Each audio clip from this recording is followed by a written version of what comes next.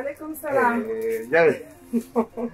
Ça va? Wana Khalil. Ça va Sil? Ça va alhamdulillah. Ya taral. Adi. Maudum. Alhamdulillah. Wari yidam. Men bay ndiri. Wana de selligam. Ça va alhamdulillah. Anan do tan. Comme ngandi daga. Ko dum mais jabu. Hande no addi kam ko haaju tiidu. Haaju. Haaju. Baado no honno. Ay ma jani leydi ni hande. Fof no ti. Kanko memda joddi nak. Gedde fof ciatti. Kanko mawum haalde hen non ko mbede yejir. Mbim non fad mi jow ardo en.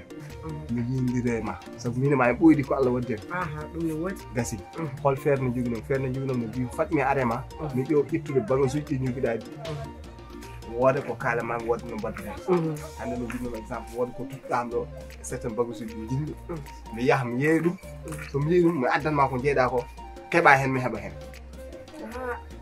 Khalil adani min mi ala on problème ko mbida ko modi yidi wadande mo dum parce que yimbe fo modi yidi liggundirde mo kono aɗa andi joni aduna sirani ha bagu suuji ɗi nan ɗo henna kono holko ganduɗa ko kalis jananɗo nani hen jimmi kala kaɗen mbaɗa kam yo liggoyo sir inchallah mi anda to banmi ɗum onaɗa faami ɗum kam faami no fewi yes comme no mbiyamni tan otma ko yo ni so ƴetti ba somi yalti andu kile nan padi non ko non biya ɗemgal ma ngal mi suusangal de no ɗemgal am ngal wayni fof ko noon gollam nde mbayi yawte otma hul joni ko ni mbatten no foti hulɗa an à partir de 400 000 tan caɓanɗe jeetati walla caɓanɗe jeenayi uñere heewani mbeɗa nda wawi ɗum eyyi joni ko ni mbatten kaali ɗoy taade ko ɗum cohluɗa mami walla par ce que oɗo joni marchandise gonɗo ɗon wattotudema joni marchandise janggo en ara Salla Diaby so ari mi tanma en an ko cohluɗa ko Salla Diaby garana ɗum tawa mi renseigné mo no jiɗirɗa ni d'accord ko inchallah noon kaaliɗo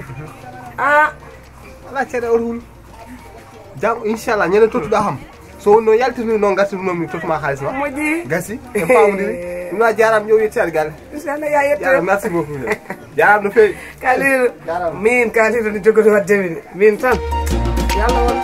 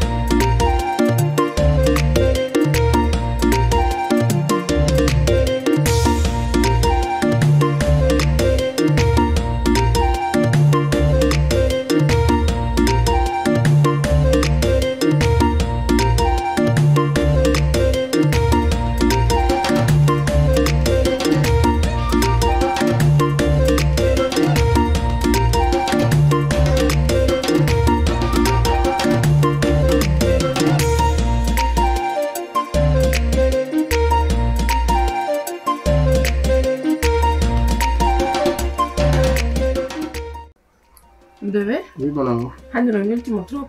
Ah bon? Ana fotani wayru galle. Non, yo ko liggeyaaji rek mais désormais chaque jour mom ar galle mom min kanko Inchallah. giɗa ɗum jinmi Mi amon sehilam. ɗum Allah waɗi So mi yiyani mata mi yeewe. c'est bien a haali gonga En plus noon bébé ɗeɗo balam tikkinima trop. pourquoi kadi holko kewi Andu ko kalɗen ɗo ñanden ko ha joni mi yanimi. c'est vrai a haali gonga Te sehilam mo jaɓet addi baksu jooɗi. Machallah putaska. ah ok sere ƴew muñanam seeɗa tan holɗo ganduɗa action ngaji ɗi ganduɗa ɗi panmi ko haalis goto mo panmi heewani so ari tan ma wonno wayi fami Kam ka gulaɗo walla? ma o ɓuura ma ɓeyan ko Hey! An ko ɗe bono ngoni an?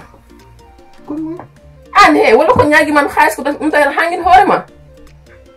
mais An he fatmi haalama min hoto aduna ɓe bone de mi famani ma ko ɗum woni wacciɗa kam pijowo mais amma jan ko woni ko woni haal ɗum il faut worde ko mbaɗa par ce que ñaguima haalis tas ko ɗum tahi aɗa yiiɗe fijidema ay min mi haalama wona ɓeɗon de mi wona ɓeɗon genre uji min heɗo mi haalama min haalis dillinani kam anani min haalis dillinani kam avant mbeɗa anduma mi ɓooyi ɓonani mi ɓorto law gurul tan lawol ngol woni haal ɗum an he hoto hangguin hoorema bébé bébé won haalde yamni